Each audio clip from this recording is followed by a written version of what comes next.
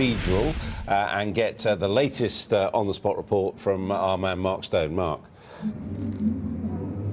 Well, Adam, after quite a few days of stalemate, there's been quite a lot of movement on this story today. Twofold, really. St Paul's has decided to reopen their doors. Bang on midday, the doors just behind me opened and people flocked in. Journalists, some of the protesters, and also people who simply want to get there to be able to worship.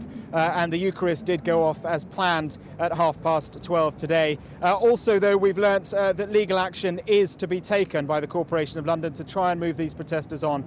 So far, they have moved their tents back, and it seems like they have adhered really to most of what the cathedral wanted. There are spaces for emergency vehicles to get through if they need to, but the ultimate goal of the cathedral appears to be to remove them altogether. I'm joined now by one of the canons here at the cathedral. Hello there, thanks for joining us. Just explain to me where we are now with this process. Well, the important thing is that the cathedral is open, so we're back to our core activity of worship and praise of God, which is what this place is about. So it's very good news that the doors are open again.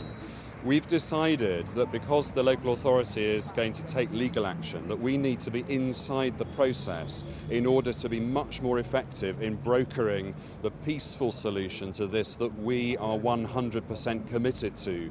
And we've asked the camp to move on, but the most important thing is that it's very important message. It's message about how do you share the God-given earth resources that earth affords more justly and more equitably. How does that message stay at St Paul's Cathedral? I think what a lot of people want to know is, where does the church stand on this one? The former leader of the Church of England, Lord Carey, was suggesting in a newspaper article that he wrote this morning that there really is no agreement on where the church stands. Where do you stand? What do you want?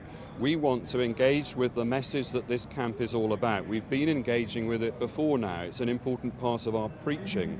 It's an important part of the St Paul's Institute, which deals with the ethics of economics. What we think is that the message is being swamped by other issues. And what we want to do is work with the people here to find out how their message can stay at St Paul's Cathedral, but the camp itself move on. All right, thank you very much indeed for joining us. Thanks very much. Well, it seems absolutely clear that if, you can see actually there's conversations going on around me, but if legal action is to take place, as those protests in Parliament Square have shown, it could be quite some time before the protesters are required to move on from here. Thanks very much indeed, Mark. I've written to the